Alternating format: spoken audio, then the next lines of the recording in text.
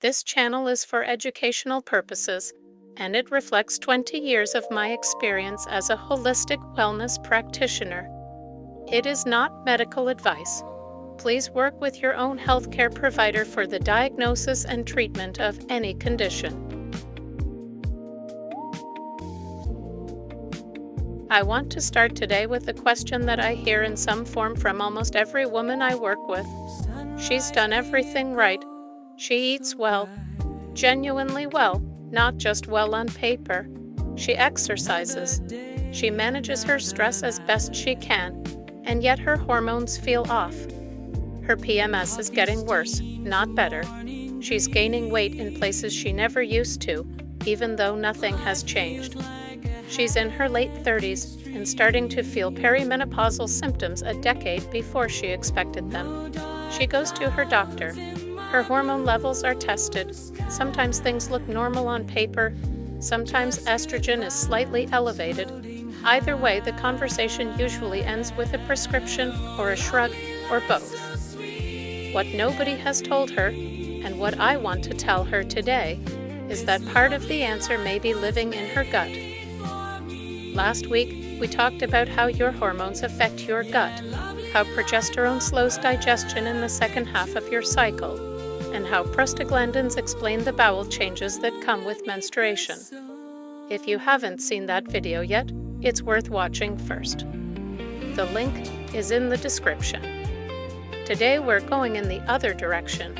We're looking at how your gut affects your hormones. Specifically how a community of bacteria in your microbiome, one that most women have never heard of, is quietly regulating how your body processes estrogen every single day. It's called the estrobolome. And by the end of this video, you'll understand what it is, what disrupts it, what happens when it goes wrong, and, most usefully, what you can do to support it. Let's start with the basics. You probably know that estrogen is produced in the ovaries. What most people don't know is that after estrogen circulates through the body and does its work, it doesn't simply disappear. It travels to the liver, where it's processed and packaged for elimination. From the liver, it moves into the digestive tract, where it's supposed to be excreted from the body. That word "supposed to" is doing a lot of work in that sentence, because what actually happens next depends entirely on the state of your gut microbiome. There is a specific subset of gut bacteria, collectively called the estrobolome, whose job is to metabolize estrogen as it passes through the digestive tract. These bacteria produce an enzyme called beta-glucuronidase, and beta-glucuronidase is the key to this whole story. Here is what beta-glucuronidase does. When estrogen arrives in the gut, already packaged by the liver for elimination, this enzyme can unpackage it. It cleaves the bond that was holding the estrogen ready for excretion, and in doing so, it allows a portion of that estrogen to be reabsorbed back into circulation. This is not inherently a problem. In a healthy, balanced gut microbiome, beta-glucuronidase activity sits at just the right level.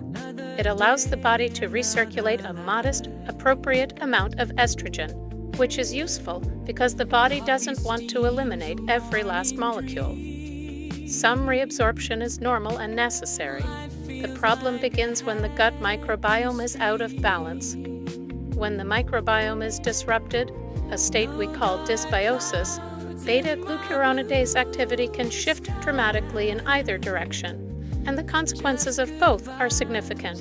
If beta-glucuronidase activity is too high, too much estrogen gets reabsorbed. Estrogen that should have been cleared from the body re-enters circulation instead. The result is a state of estrogen excess, sometimes called estrogen dominance, even in women whose ovaries are producing normal amounts. The symptoms of this are ones many women know intimately: worsening PMS, breast tenderness, heavy or painful periods, bloating, mood swings, difficulty losing weight, and disrupted sleep. Over time, chronically elevated estrogen is also associated with an increased risk of endometriosis, fibroids, and certain hormone-sensitive cancers. If beta-glucuronidase activity is too low, the opposite happens. Estrogen is eliminated too aggressively. Too little recirculates. This can contribute to low estrogen symptoms, irregular or absent cycles, low mood, poor sleep, brain fog, and an earlier onset of perimenopausal changes than a woman's age would suggest. The same microbiome disruption, two very different hormonal pictures, and in both cases, the gut is the missing variable that most conventional hormone testing doesn't account for. This is one of the most important things I want you to take from today. If you have had hormone levels tested and been told everything looks normal, or been given treatment that hasn't fully resolved your symptoms, it may be worth asking a different question. Not just what your hormones are doing, but what your gut is doing with them. Now that we understand what the estrobolome does, the natural question is, what disrupts it? The honest answer is that many things do, and most of them are extremely common features of modern life. This is not meant to alarm you. It's meant to give you a clear picture of why estrobolome disruption is so widespread and why so many women are dealing with hormonal symptoms that seem to appear from nowhere. The first, and in many ways the most significant, is antibiotics. A single course of broad-spectrum antibiotics can meaningfully alter the composition of the gut microbiome. Some studies suggest that full recovery of the microbiome after a course of antibiotics can take months, and in some cases, certain bacterial strains may not return to their previous levels at all without deliberate effort. Since the estrobolome is a subset of the broader microbiome, antibiotics are one of the fastest ways to disrupt estrogen metabolism. This doesn't mean you should avoid antibiotics when you need them. It means that supporting your microbiome during and after a course of antibiotics is genuinely worth prioritizing. The second is hormonal birth control. Oral contraceptives work by introducing synthetic hormones that suppress the body's natural hormonal cycle. Over time, this affects the composition of the gut microbiome, and because the microbiome influences how estrogen is metabolized, the relationship between hormonal birth control and the estrobolome is a two-way conversation. Women who have used hormonal contraception for extended periods sometimes find that their natural cycle behaves differently after stopping. Irregular periods, heightened PMS, unexpected hormonal symptoms, and the microbiome is frequently a contributing factor that goes unaddressed. The third is chronic stress. We will go deeper on stress in the gut in a future video, but the short version is this. Chronic stress elevates cortisol, and elevated cortisol has a suppressive effect on the diversity and resilience of the gut microbiome. A less diverse microbiome is a less capable estrobolome. The stress hormone gut connection is one of the most underappreciated cycles in women's health. The fourth is a diet low in fiber and high in processed foods. The bacteria that make up the estrobolome, like most beneficial gut bacteria, are fed by dietary fiber. When fiber intake is low, these bacterial populations decline. When processed foods, refined sugars, and artificial additives dominate the diet, less beneficial bacterial strains can take over, crowding out the ones responsible for healthy estrogen metabolism. This is one of the clearest connections between everyday food choices and hormonal health, and it's one that has very practical implications for what to eat, which we'll get to shortly. And finally, alcohol. Alcohol disrupts the gut microbiome through several mechanisms. It affects the gut lining, alters bacterial populations, and places a significant burden on the liver, which is also responsible for processing estrogen. Regular alcohol consumption, even at moderate levels, has been shown to be associated with elevated circulating estrogen. The gut-liver hormone connection is direct, and alcohol sits squarely in the middle of it. I want to tell you about a woman I'll call Claire. Claire was 38 when she first came to see me. She was a project manager, organized, methodical, the kind of person who had a solution to most problems before they became problems. But her body had started doing something she couldn't organize her way out of.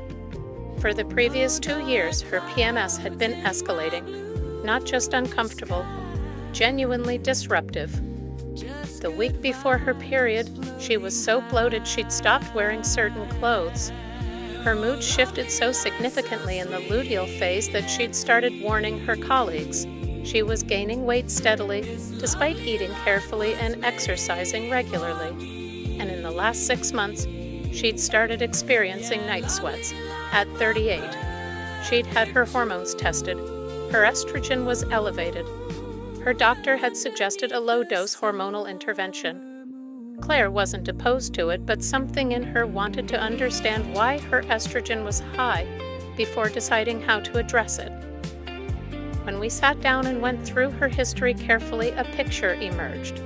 She'd had 2 significant courses of antibiotics in the 3 years before her symptoms began. One for a dental procedure, one for a respiratory infection. She'd been on hormonal birth control for most of her 20s and had stopped it only at 35.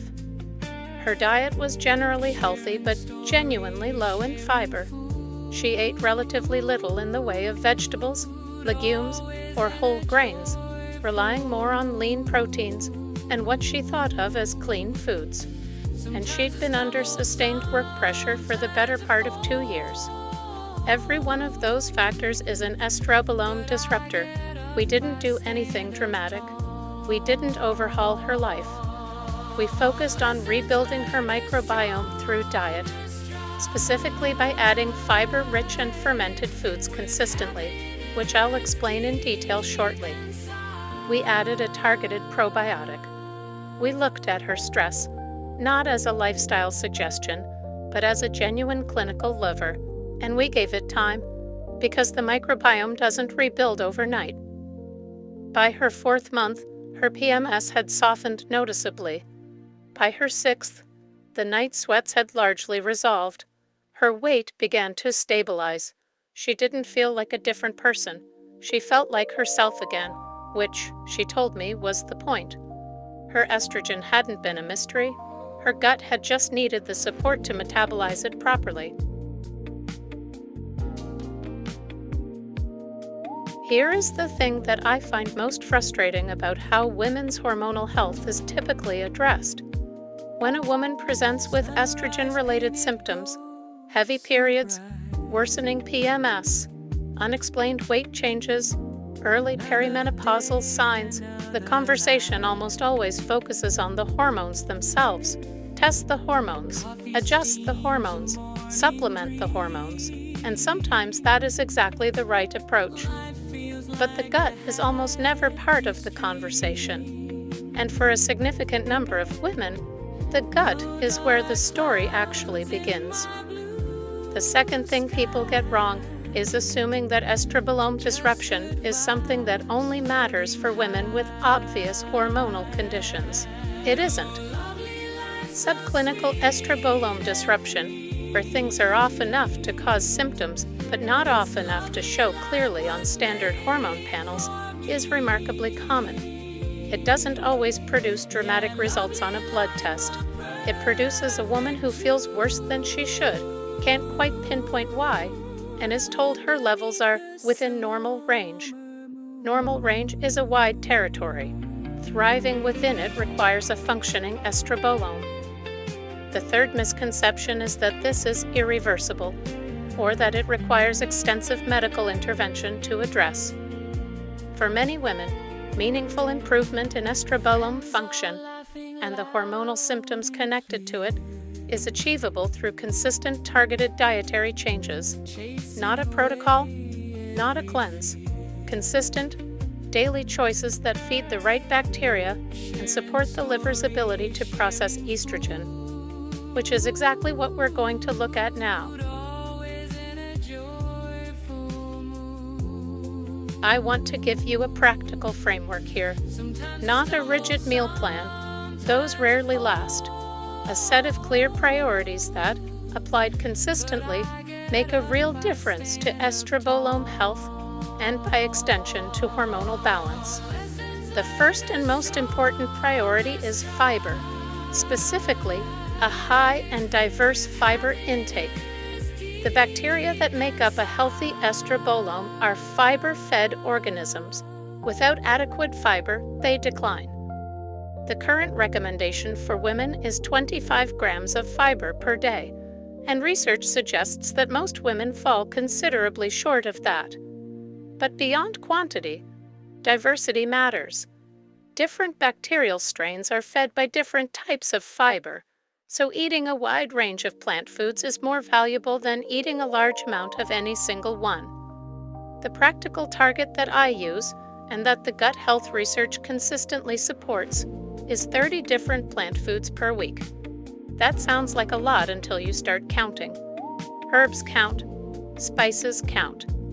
Every variety of vegetable, fruit, grain, legume, nut, and seed is a separate entry. A meal with tomatoes, red onion, cucumber, olive oil, and oregano is already 5. It adds up faster than you think. The second priority is cruciferous vegetables, and these deserve special mention because of their specific role in estrogen metabolism. Broccoli, cauliflower, cabbage, Brussels sprouts, kale, and bok choy all contain a compound called indole 3-carbinol, which the body converts to diindolylmethane, or DIM. DIM supports the liver's ability to process estrogen efficiently, promoting what researchers call the favorable estrogen metabolism pathway. In plain language, cruciferous vegetables help your liver clear estrogen in a way that reduces estrogenic activity rather than amplifying it. They work alongside the estrobolome, rather than instead of it. Aim for cruciferous vegetables at least 4 or 5 times per week.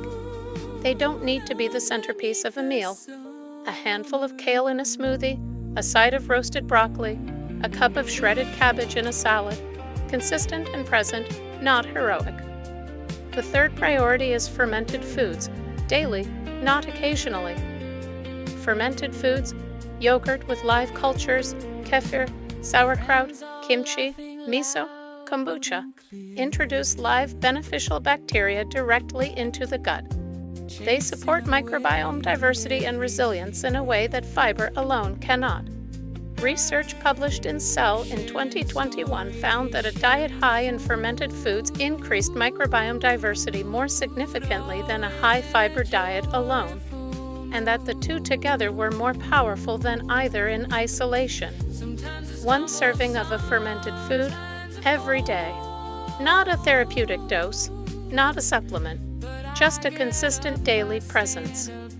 The gut is an ecosystem, and ecosystems thrive on consistency. The fourth is flaxseed, and this one is specific enough to be worth naming directly. Ground flaxseed contains lignans, which are phytoestrogens, plant compounds that interact with estrogen receptors in the body. Lignans from flaxseed have been shown to support healthy estrogen metabolism, particularly by promoting the clearance of estrogen through the favorable pathway rather than allowing it to recirculate. 1 to 2 tablespoons of ground flaxseed daily, added to yogurt, a smoothie, oatmeal, or baked into food, is a simple, inexpensive, and genuinely evidence-backed intervention. The fifth priority is supporting your liver, because the estrobolome and the liver work as partners in estrogen metabolism, and neglecting the liver half of that equation limits the results of everything else. Liver support through food doesn't have to be complicated. It means adequate hydration, because the liver's detoxification processes require water. It means limiting alcohol for the reasons we discussed earlier. It means including bitter foods, dandelion greens, arugula, endive, artichoke, which have a traditional and increasingly evidence-supported role in supporting bile production and liver function. And it means managing blood sugar, because chronically elevated insulin places additional burden on the liver that competes with its estrogen processing capacity. None of these are dramatic interventions. They are small, daily choices that, compounded over weeks and months, meaningfully change the hormonal environment your body operates in. Before we close, I want to address two questions I know will come up. The first is about probiotic supplements. Can you support the estrobolome through supplementation rather than, or in addition to, food? The short answer is, possibly, but with important caveats. The research on specific probiotic strains and estrogen metabolism is still developing.